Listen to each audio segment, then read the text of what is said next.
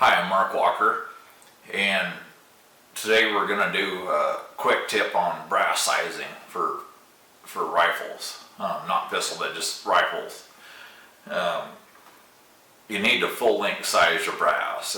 If you only neck size or partial neck size, the old school of thought is the case is going to blow out against the chamber and it's always going to remain the same. And that's sort of true. But pretty soon this will blow out and get harder and harder and harder to extract. And you don't want that, especially if you have a rifle you're trying to shoot groups with or shoot in a hurry. It's going to upset your bags and everything. And the biggest reason you don't want to do that is it's going to gull your bolt lugs, especially here's a 700, or actually it's a Remington 40X bolt. But this bolt lug here at 6 o'clock, you'll notice it'll get all scratched up. People don't lube them as often as they should, but it doesn't matter.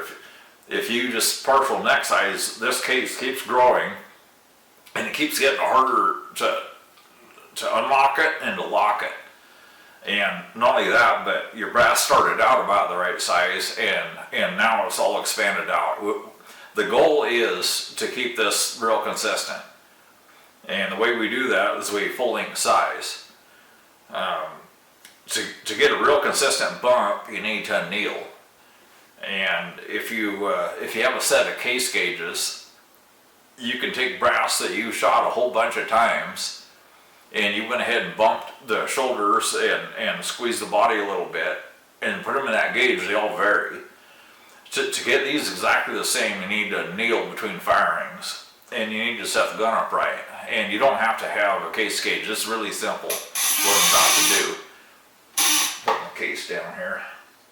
If you get rid of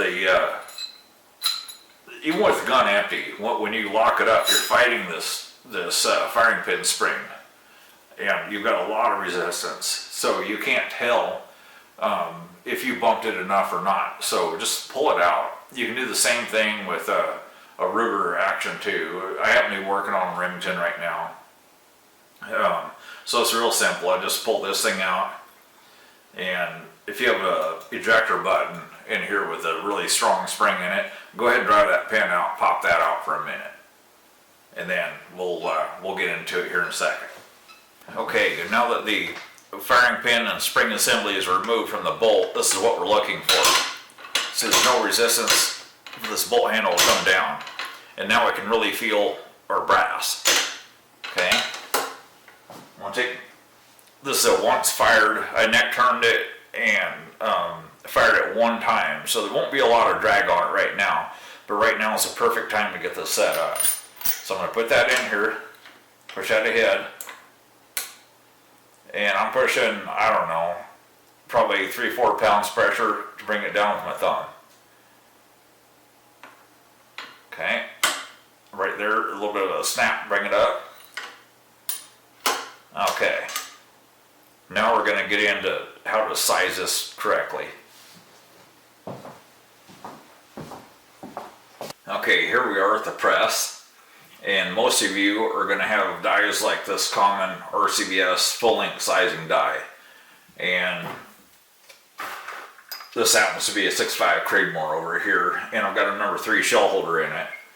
I'll bring it up to where it just cams over like that.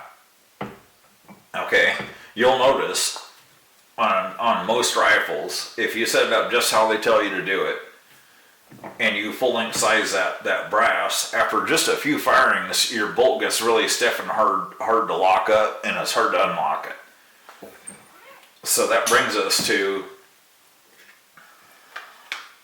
this Redding shell holder kit, and they have different shell holders starting at 2 thousandths past what your factory number 3 would, to 4 thousandths, 6 thousandths, 8, and 10.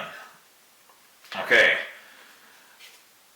I have 6.5 284 that we're working on. The caliber doesn't matter. I load with a Redding body die and Wilson chamber dies for this gun. So let's just try it here. I already know what it is, but we'll just start at number 2. shell holder here. It's going to give me 0.02 more bump than a standard one would have. Now this is a Redding body die. Yeah, this is nothing but a full length die. It doesn't have a decapping pin or expander ball in it. And if you notice on the top of the Redding body die, it's drilled out to where it won't do anything to the neck at all. See, it just slips through there easy. So it's not going to size the neck. It's just going to size or bump the shoulder back and squeeze this case a little bit. So when I load for this rifle, the first thing I do after I nail it is I run it through the Redding body die to get my bump. So I'm going to spin this down. I've already got it adjusted anyway, where it cams over. I've got some Imperial sizing die wax and put that on. And we're going to go ahead and bump this. I'm going to run that in and back out. Now I've bumped this 0.02 more than your standard shell holder would have. And like I say, you can use these shell holders with the common, RCBS style full length die. So what we're going to do is we're going to try this in the chamber of that rifle right now. So I'll get set up and we'll do that. Okay, we size this 0.02 beyond what a standard one will. We'll slip that in the chamber.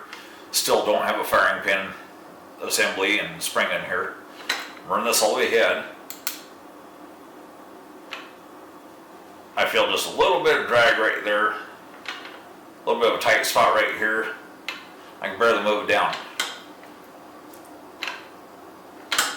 And it extracts like nothing. Okay, that's okay right there. I'm going to take this piece of brass one step further. Okay, so I'm going to leave that rolling. I'm just going to put the number 4 in there. I'm going to give it one more bump.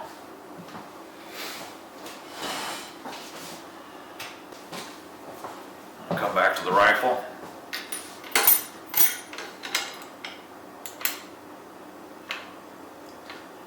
I barely feel anything right there, right in the middle. I mean, barely.